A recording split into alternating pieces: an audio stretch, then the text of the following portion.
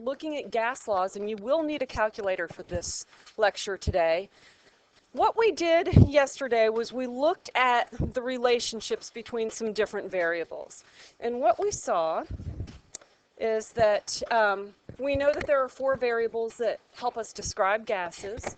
And those 4 variables are pressure, temperature, number of moles, and you might not have really been aware of what that stood for, but N is number of moles of the gas, and then V stands for volume. So if we look at all of those different variables, we can think about how they're related mathematically in gas laws, and that's what we're going to work with today. So today we're going to look at both 2 and then 3 variable problems. So what that means, if you're just relating 2 variables, for example, the first one we're going to look at is relating pressure and volume. What that means is that we are holding the other variables constant. You're assuming that you're not changing temperature, that you're not changing number of moles. Okay, so the first one, and this kind of goes back to yesterday's stuff, it was the backside of that page, but what we should have seen is that pressure and volume relationships, that's looking at Boyle's law, and when you look at pressure versus volume, what type of relationship did you guys come up with on that? Any? Good. So as one goes down, the other goes up, and vice versa. So what that is an inverse relationship. So it's inversely related. That's what you would have seen on your, if you worked on that backside yesterday. So that's Boyle's law. I'm going to go through this a little quickly, but you are going to want to jot this stuff down. Okay, then we also saw something known as Charles' law. And with Charles' law, this is looking at temperature and volume, and here we see that they're directly related. And what I want you guys to really think about, I'm not going to stress this so much, this was more yesterday's material, but think about why that was. So if we think about maybe the car tires, right? They had that little example in the video yesterday. So if the temperature were to increase, those molecules are moving a whole lot quicker. So if you have a flexible container, the volume of that container is going to be bigger, get bigger, because those molecules are hitting the side of that container a lot more frequently. So here we are looking at a direct relationship in this case. Another thing that I want you guys to keep in mind is that we are always going to be, whenever we're working with temperature, and I will stress this as we go through these problems, you must work in Kelvin. That's going to be a huge thing. You will get it wrong if you don't work in Kelvin. Okay, then we look at Gay-Lussac's law, and here we've got temperature and pressure, and again, if you've got this situation, it is going to be directly related. As one goes up, the other goes up as well. And then finally, our last one was Avogadro's law, and this was looking at the relationship between volume and number of moles of a gas. Again, that's directly related. If you have a balloon, if you put more moles of gas in that balloon, the balloon is going to get larger. So a direct relationship. Okay, what this all comes down to is I'm going to sneak ahead and tell you something about tomorrow's lecture. And this is known as the ideal gas law. And the ideal gas law, this is the formula, PV equals nRT. Well, the only one of these that we didn't learn something about is R. It's a gas constant. Constant. It does not change. So if we mathematically or algebraically change this around and solve for our gas constant, we can see a relationship that's going to help us with all these 2 and 3 variable problems as well. So I know that if I change this around algebraically, it just becomes PV over NT. This is huge. If you can do that, you know all of the gas laws in this case. So remember, this is constant, so we can do that. We just set it up to this constant. I'll tell you tomorrow what this constant is. It's not important for today's lecture. But if we change this around and solve for our constant, we see this relationship. So if I cover up everything else, and at home you can't see this, but I'm covering up the N and T. I'm just looking at the P and the V. So if I think about that relationship, if R is a constant, in order for that to remain constant, if P goes up, V must, what? go down, right. So if we were to look at a relationship, maybe I cover up V and N. So I'm just looking at P and T. In order for my R to remain constant, if P goes up, what does T have to do? Go up as well. So maybe you remember this from math. Whenever you're looking at something where you're dividing by something and it's equal to a constant, that's a direct relationship. When you multiply by something, it's going to be inverse just because of how that mathematically works. So if you kind of jot this down at the top of your paper, you're going to be able to refer to this a lot, and it's going to help you through with a lot of these things. All right, also yesterday we looked at the Kelvin scale. And what you're going to see is that you must always, always, always work in Kelvin to solve gas problems. Even when you think, oh, I've got degrees Celsius and degrees Celsius, it's going to cancel out. Guess what? It doesn't. You will get it wrong every single time if you do not convert to Kelvin. You must convert to Kelvin. And the way we do that is just by adding 273. You need to know this. This will not be given to you. Okay, and then you also were given information about pressure yesterday. And the standard pressure that we're going to be working with is 1 atmosphere. Well, that's exactly the same thing as 760 millimeters of mercury, which is the same as 760 torr. There's a nice pretty place on the back of your paper to write that if you want to jot that down again. But that is your standard pressure, and it's also equal to 101.325 kilopascals. You're going to use this so much that you're going to memorize it. So that does need to be memorized, but you'll be using it a whole lot. So there's our standard pressure. Our standard temperature is 0 degrees Celsius, but we know we're never going to work with Celsius in our problems. So in other words, that is 273 Kelvin. So that is your standard temperature and pressure. So whenever you see STP in the problem, it means just choose this. Well, how do you know which pressure to choose? Choose the one that's easy for the problem. If you're given units in kilopascals for one part and it asks for pressure, then you're going to solve for kilopascals. So you use what's easy. Okay, so now we get to our first example. Now the way I'm going to set these up is probably a little bit different than the way you would naturally do it. I'm going to say feel free to do whatever you feel you want to do on it, but I would love if you learn the way I'm doing this. So maybe in your head, or on the top of your paper, you're thinking about this relationship. So now I'm going to read through my problem, and it says the volume of a gas is 3.9 liters at 72 degrees Celsius. So it's giving me a volume and a temperature in one situation. You see that that's the same situation. It's saying it at that temperature. What will be the volume? Ooh, what's our new volume? If the temperature is changed to this new temperature. So that's the first thing, is really being able to identify those variables. So the next thing we want to do is we want to think about, well, before we start using anything, do we need to change something? What do we need to do? Change what? Yeah, change that temperature to Kelvin. So in this case, when we add our 273, and lots of times I just kind of like to go through and change it right up front. So we're adding our 273, which gives it 345 Kelvin, and this one's going to be 255 Kelvin. So there I have my variables. Well, I'm looking for volume. Since I'm looking for volume, I am going to start with my first volume. Okay, so we're looking for volume. I am going to start with my 3.9 liters.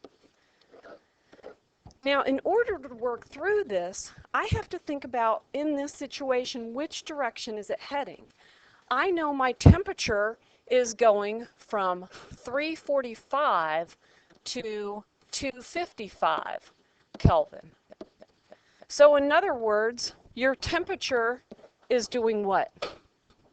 Decreasing. So if temperature decreases, you just need to ask yourself, what happens to the volume? Temperature's decreasing. What happens to the volume? So maybe you want to look at this. If you're not thinking, hopefully you can think on a molecular level what would happen. But here we have a mathematical level. If temperature decreases, volume decreases as well. Awesome. Well, how can I make this decrease? I can put my small number up here. I can put my big number down here. What's the small number? 255. What's my big number? 345. Now mathematically, that's going to make it decrease. So when I do this math, I'm going to plug it in for you guys, but I hope that you guys are doing this at your desks and at home as well. But when you plug this in, you get 2.88 liters. Step back for a second. Does that make sense? Your temperature decreased, so your volume decreases. Yes, the volume did decrease. Looks like we set that up correctly. Might not be the original way that you think to do this problem, but that's a great way to do it. Okay, so it was just brought up that, well, why couldn't we maybe use 22.4 liters? And the answer is, we're going to see this within our gas laws, but we are not at standard temperatures and pressures. And that was a subtle little part about that 22.4 liters, but that was always assuming you were at standard temperatures and pressures. So that's why this does not work there. Okay, example 4. We have 3 moles of a gas that occupies this volume at this pressure and this temperature. And we want to know if the temperature is increased, so we have a new temperature, how many moles must be added, so that's what we're looking for, that's our question mark, must be removed in order for the pressure and the volume to remain the same. What? Pressure and volume remaining the same? Then why do I even care about them? They are not part of my equation. We're not changing the pressure and volume, so you're not going to use that information. So it was also asked, hey, do we really need to write this down every time? Absolutely not, but it's just one of those things that might help you understand the relationships between the two variables, if you want to look at it that way. So we're looking at moles and temperature. We're looking at these two guys. I am trying to solve for my moles, therefore I'm going to start with it. I know that my temperature goes from, and you guys know what I need to do. What do I need to do? But before that, ooh, I heard it, Kelvin. Kelvin. If you try and do this with degrees Celsius, again, you might think, oh, it's going to cancel out. But it doesn't work that way because you've got the addition factor, right? You're adding 273, and mathematically that won't make it cancel out. So this becomes 373, right? Thank you. It's that hard math. And this becomes 423, and that's for Kelvin. Okay, so what we're seeing is that our temperature is increasing. So if your temperature increases, according to this relationship, what happens to your number of moles? It decreases. So that's what this tells us. If one goes up, the other has to go down in order for this to remain constant. So your number of moles needs to go down in that case. Okay, so now with our 3 variable gas laws, also known as the combined gas law, all we're doing is throwing in 3 variables instead of just 2 variables. It's still considered situational problems. Hey, if you start with this situation and change some of the variables to this, what's that new variable going to be? So it's still a situational problem. We still have to keep in mind standard temperatures and standard pressures. We're still always working with Kelvin. Nothing has changed on that. Okay, so our first problem, and I'm going to go through and I'm going to solve these the same way I've been solving them. So it says a gas has a volume of this at this temperature and this pressure. What will the new volume be if the temperature is changed to this and our pressure is changed to this? All right. Hopefully you're getting into the habit of, you look at this and the first thing you want to do is what? Kelvin. You want to change to Kelvin. So, and I actually think it'd be a good exercise if you wanted to go through and try this problem with it in degrees Celsius and see how you miss it. It would be wrong. I guarantee you, first quiz, people are still going to keep it in Celsius thinking that they cancel out. It does not, so you would miss it if you kept it in Celsius. Okay, so this becomes 296 Kelvin because we're adding our 273. And this becomes 289 Kelvin. So now that we've got that, we just go through and we say, okay, we're solving for volume again. Seems like we solve for volume a lot, but we're solving for volume. So I'm going to start with my 4.18 liters. Well, we're going to go through that same thought process. Maybe I'm thinking about this. But I have to do it for two different situations, always relating it back to volume. So maybe, again, I'm a creature of habit. I would look at this. This is the first one I come to. So maybe I'd start with temperature. My temperature is going from 296 to 289 K. So my temperature is decreasing. If your temperature decreases, always go back to what you're looking for. What happens to your volume? It goes down as well. It decreases. It is a direct relationship. As one goes down, the other goes down. So let's plug that temperature information in. We want to make it go down. So I'm going to put the small number on top, the big number on the bottom. All right. Now I can say my pressure. My pressure goes from 712 torr to 686 torr. So I see that my pressure, again, goes down. Hey, if your pressure goes down, what happens to your volume? It goes up. So volume goes up. So to make it go up, I put my big number on top and my small number on the bottom. Now I just plug it in. When I plug it in, I get 4.24 liters, and that's my answer. Again, if you wanted to sit there and go P1 V1 divided by T1 equals P2 V2 divided by T2, feel free and solve for this guy if that's how you prefer to do it. But you have to come up with that formula yourself. Okay, two more. A gas occupies this volume at this temperature and this pressure. What will be the volume at STP? So if you want to write it down, what do you want to say about your temperature? It equals what? So a usable number? 273 Kelvin, good. And what pressure do you want to say?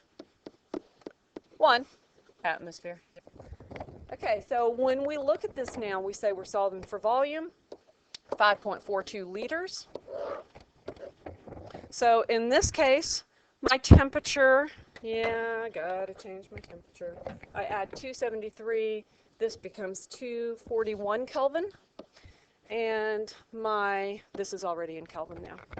Okay, so my temperature,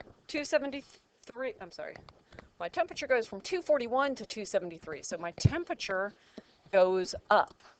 Therefore, my volume does what?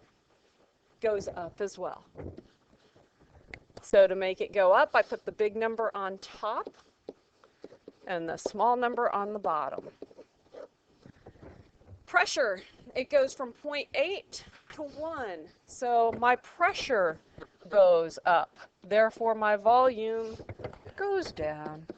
So to make it go down, I put the small number on top and the big number on the bottom. That's pretty writing right there. And we get 5.27 liters. Okay, one more. What about this last one catches your eye as you read through it? Over water. Over water. You know you got a lot going on when you see that. So, first thing I would do is I would identify some variables. 500 milliliters. Ooh, that sounds like my first volume.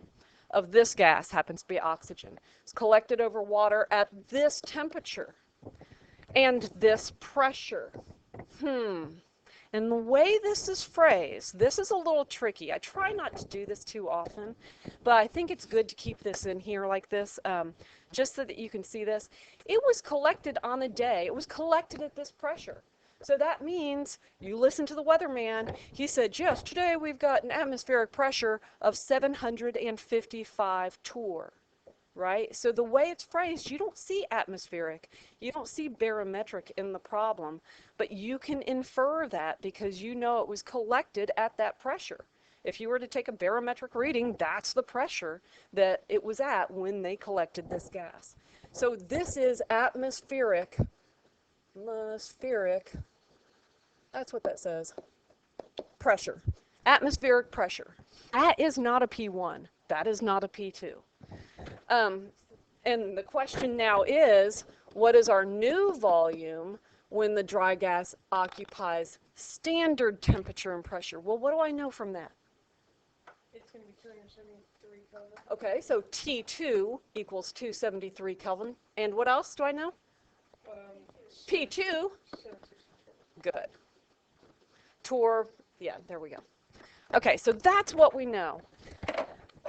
We have to set it up with Dalton's law of partial pressure, which says, hey, that atmospheric or barometric pressure is equal to the pressure of our dry gas plus the pressure of our water vapor. So that means our atmospheric pressure of 755 torr is equal to the pressure of that dry gas plus, how do I figure this out? Okay, look at your reference. Oh, and you know what? Unfortunately, you have to dig out other notes. Let's see if I can just skip back a few. What was it, 25? Is that what we're looking at? 25, where is it? Here we go. 23.8 torr. I should have put those on these notes as well. Okay, so I've already forgot. 23.8, there we go. 23.8 torr. So when we do that math, when we solve for our dry gas, the pressure, what we come up with is 731.2 torr. You just subtract that. It's also P1. That's the important part. What we just found was P1. You know P2. You know V1. You're trying to solve for V2, so we just start going with this. So we see that we're looking for our volume. I'm going to start with my original volume of 500 milliliters. My pressure. Take a second to look at this and tell me what's going on with your pressure. It is going up. Everybody agree? It's going from 731.2 to 762. So pressure is going up, therefore volume goes down. So to make it go down, we put the small number on top and the big number on the bottom. And, I am not done. My goodness, I should have left myself room. I got lulled into thinking I was done. Sorry about that. This is 3 variables. These happen to be torr. Those cancel out. Am I done? No, what else do I need to deal with? Temperature. It goes from our 25, so in other words, 298 Kelvin, to 273 Kelvin. So as temperature, what's temperature doing? Going down. Volume does what? Also goes down. So we need to throw in another part to this and make it go down by having 273 Kelvin on top, 298 Kelvin on the bottom, and we get 441 milliliters is our new volume. All right, that's a lot of information. Practice these, get a feel for the way that you're most successful with these. You just need to find a consistent way. Hope that helped.